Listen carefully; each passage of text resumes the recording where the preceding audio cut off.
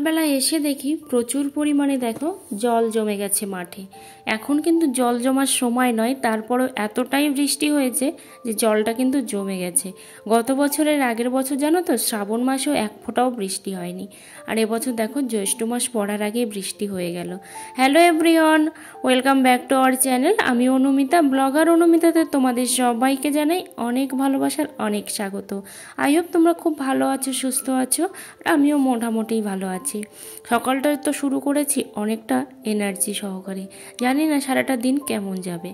তো এখন আমি ব্রাশটা করে নিচ্ছি। আর একটা দিদিভাই কমেন্ট করেছিল যে ব্রাশ গালে দিয়ে ভিডিও না করতে, তো মানে কাজকর্ম না করতে, তো সেই জন্য আগে আমি ব্রাশ করে মুখ ধুয়ে নিলাম। সবাই তো বেসিনেই মুখ ধোয়, আর আমরা তো দেখলে পুকুরেই মুখ ধুই। তো তাই বলে আমাদের জল কিন্তু নোংরা নয়, তোমরা সেটা দেখেই বুঝতে পারছো। সব কিছুই কিন্তু আমরা পুকুরের জলেই করে থাকি, মানে এভরিথিং, শুধুমাত্র খাওয়াটা বাদে আর সব কিছুই। তো এখন আমি বাসনটা ধুয়েও নিচ্ছি হাঁড়িটা, আর সাথে সাথে আমি চালও নিয়ে এসেছি গামলিতে করে, যে চালটা একেবারে ধুয়ে নিয়ে যাব। আসলে জানো তো প্রচুর পরিমাণে হাঁটতে হয়, আর বিশেষ করে এতটাই বৃষ্টি হয়েছে, কাদা চারিদিকে, যার জন্য কিন্তু এতটাই হাঁটতে হচ্ছে, এতটাই কাদা যে কাজ কিন্তু ঠিক করে এগোচ্ছে না। তো পিছনে কালি কেন বলো তো, যেহেতু উনুনে রান্না করা হয় তো সেই জন্য কিন্তু কালিটা বেশি পরিমাণে পড়ে।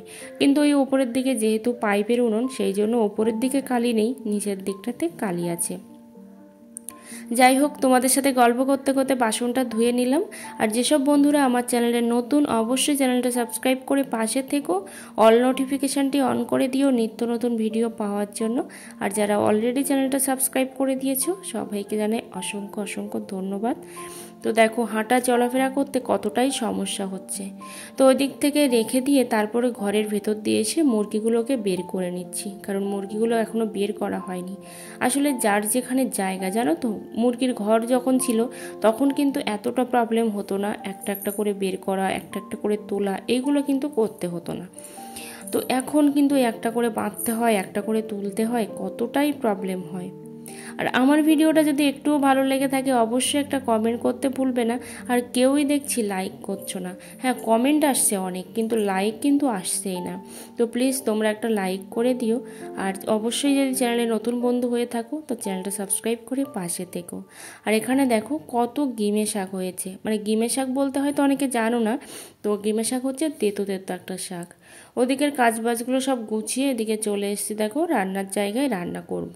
আর পাতাগুলো এতটাই ভিজে যে এতটাই সমস্যা হচ্ছে রান্না করতে যে কি বলবো। তো এদিকে আমি বসিয়ে দিয়েছি ডিম আর আলু। তো ডিম আর আলুটা হচ্ছে সেদ্ধ হতে থাকুক, তার মধ্যে আমি এগুলো কেটে নিয়ে তারপর হচ্ছে রান্নাটা করব।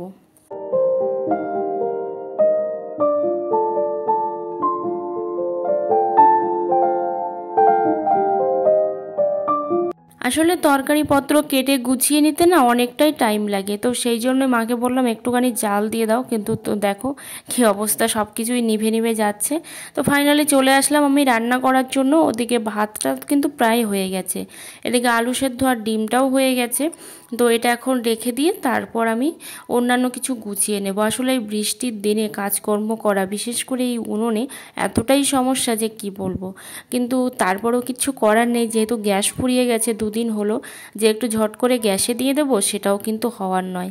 আর এই যে পাতা দিয়ে জাল দেওয়া, ভিজে পাতা, সেটাও যে কতটা কষ্টকর, যেটা যারা করে তো সেটাই কিন্তু বোঝে। তো দুদিন আগে দেখো আমের এই যে রসগুলো বের করে রেখেছিলাম আমি আমসত্ত্ব বানাবো বলে, কিন্তু ওয়েদারটা এতটাই খারাপ ছিল যে আমসত্ত্ব আমি বানাতে পারিনি। তো আজকে আমি আমসত্ত্বটা বানানোর জন্য দেখো এদিকে দিয়ে দিয়েছি।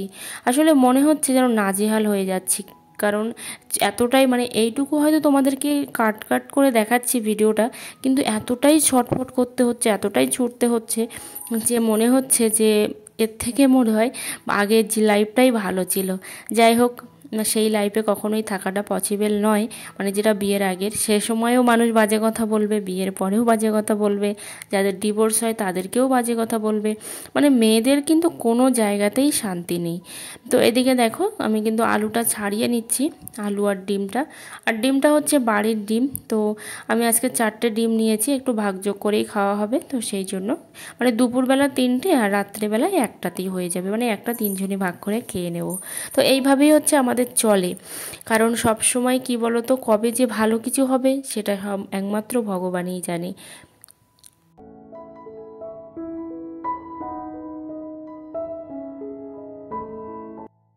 গ্রামের পরিবেশটা যেমন সুন্দর, তেমন কিন্তু এই কষ্ট করে সব কিছু করাটাও কিন্তু প্রচণ্ড কষ্টকর। তো সেটা যারা যে পরিবেশে থাকে তারা কিন্তু সেই পরিবেশটাই সম্পর্কে বোঝে। আসলে কি বলো তো, গ্রামে হয়তো অনেক কিছু সুন্দর লাগে, কিন্তু এই যে এত ছুটতে হয়, সেটা কিন্তু কাজের থেকে অকাজটাই বেশি হয়। তো এদিকে দেখো প্রায় আমার কিন্তু ফোটানো হয়ে গেছে, কিন্তু এখনও অনেকটা ফুটবে যদিও। তো এই ফোটানোর পরে দেখো এই আমি সব কিছু থালা রেডি করে তারপর নিয়ে এসেছি ছাদে। আর দেখতে এতটা সহজ হলে কি হবে, অনেকটাই কিন্তু কষ্ট করতে হয়েছে আমাকে। তো এখন আমি দিয়ে তারপর যাব নিচে ওদিকে রান্না করতে, যেহেতু আজকে এখনও আমার রান্না হয়নি, তো সেই জন্য রান্নাটা করে নেব। আর এই দিকে দেখো কত সুন্দর ফুল ফুটেছে, আর এই ফুলগুলোকে তোমরা কি বলো অবশ্যই কিন্তু কমেন্ট করে জানাতে ভুলো না। তো এখন দেখো চলে এসেছি, আর উনুনটাও যে এতটা তেতে গেছে কি বলবো, প্রচুর পরিমাণে মানে গ্যাস তেলটা কিন্তু গরম হয়ে গেছে।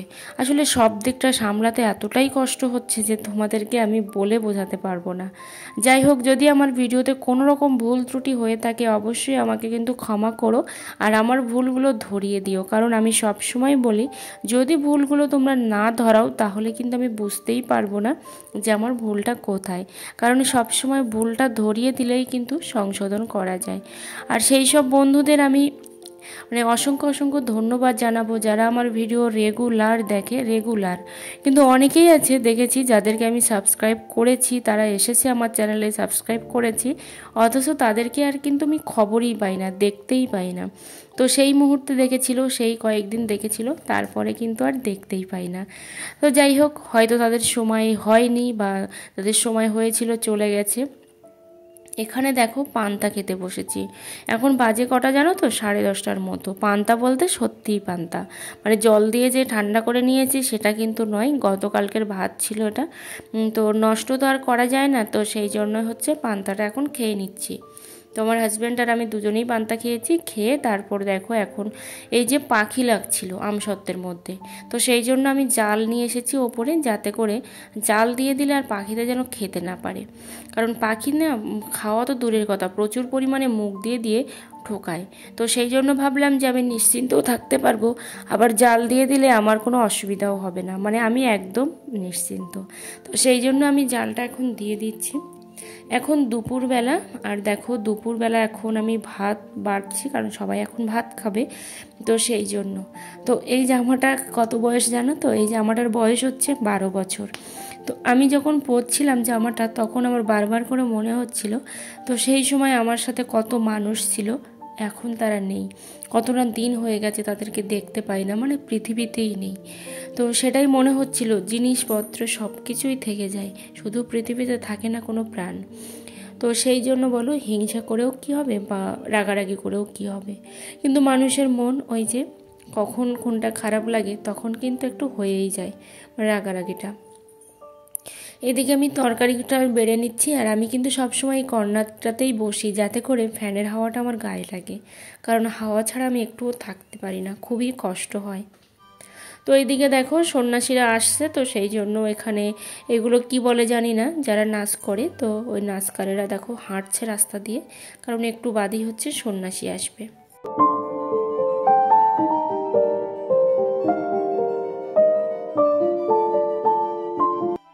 একটা দিদিভাই কিংবা বোন হবে, সে আমাকে কমেন্ট করেছে যে তার ভিডিওর লিঙ্ক কমিউনিটিতে দেয়, তার জন্য কি কোনো প্রবলেম হবে? না, নিজের ভিডিওর লিঙ্ক কমিউনিটিতে দিলে কোনো প্রবলেম হবে না, কিন্তু যদি কোনো প্রোডাক্ট লিঙ্ক কিংবা অন্য অনেক কোনো মানে সোশ্যাল মিডিয়ার লিঙ্ক থাকে যেগুলো কিন্তু কমিউনিটিতে দেওয়া যায় না, সেটা কিন্তু গাইডলাইন্সের বাইরে। তাই অবশ্যই তোমরা চেষ্টা করবে যে লিঙ্কটা তোমরা শেয়ার করছো কমিউনিটিতে, সেই লিঙ্কটা যেন প্রপার হয়, মানে সে যেন ফেক না হয়, সেই দিকটা কিন্তু খেয়াল রাখবে, তাহলে কিন্তু কিচ্ছু হবে না, না হলে কিন্তু প্রবলেম হবে। তো দেখো সন্ন্যাসী যাচ্ছে বাবা মহাদেবকে নিয়ে, তো কত সন্ন্যাসী দেখো, প্রচুর সন্ন্যাসী হয়েছে। যখন আমাদের বাড়িতে এসেছিল প্রথম দিন, তো তখন কিন্তু এত সন্ন্যাসী ছিল না, আসলে পরে আবার হয়েছে। আসলে মেয়ে বউরা না অতদিন তো আর পারে না ওইভাবে পড়ে থাকতে, কারণ ঘরের বাইরেই তো থাকতে হয়, তো সেই জন্য বোধহয় রিসেন্ট হয়েছে, 2-1 দিন হবে, কারণ দেখে বা ড্রেসপত্র দেখে সেটাই মনে হচ্ছে যে রিসেন্ট হয়েছে। আর ছেলেরা তো অনেক দিন আগেই থেকেই হয়, অনেক দিন আগেই হয়েছে। তো এখন বিকালবেলা দেখো আমি আমসত্ত্বগুলো তুলে নিচ্ছি, আর ভিডিওটা কন্টিনিউ করতে পারছি না কারণ শরীরটা প্রচণ্ড খারাপ। হঠাৎ করে এতটা মাথা যন্ত্রণা করবে বুঝতে পারছি না, আমি পারিনি। যেহেতু আমার মাইগ্রেনের প্রবলেম, তো সেই জন্য কিন্তু এতটাই কষ্ট হচ্ছে আমার, তো প্রচুর কষ্ট হচ্ছে। তো এখন জালটা সরিয়ে এখন আমসত্ত্বগুলো তুলে রাখবো, কিন্তু ভালো শুকোয়নি, একদিনের রোদ্দুরে ভালো শুকোয়নি, আবার আগামীকাল রোদ্রে দিতে হবে। ততক্ষণে তোমরা সবাই ভালো থেকো, সুস্থ থেকো, আর তোমাদের সাথে দেখা হচ্ছে পরের কোনো ব্লগে। আর যদি আমি কোনো ভুল ত্রুটি বলে থাকি অবশ্যই আমাকে ক্ষমা করে দিও, আর আমার চ্যানেলে নতুন বন্ধু হয়ে থাকলে অবশ্যই চ্যানেলটা সাবস্ক্রাইব করে পাশে থেকো। আর আমার আমসত্ত্বগুলো কেমন হয়েছে অবশ্যই কিন্তু তোমাদেরকে তুলে দেখাবো, কিন্তু এখনও যেহেতু শুকনো হয়নি সেই জন্য আর দেখাতে পারছি না। কিন্তু একটা জিনিস কি বলো তো, প্রচুর পরিমাণে পিঁপড়ে ধরেছে। পাখির হাত থেকে বাঁচতে যেহেতু আমি জালটা নিয়েছি, কিন্তু পিঁপড়ের হাত থেকে কিন্তু বাঁচতে পারিনি। তো প্রচুর পিঁপড়ে ধরেছে, পিঁপড়েগুলো এখন ভালো করে তোলাও যাচ্ছে না একটু না শুকিয়ে গেলে। টাটা সবাইকে।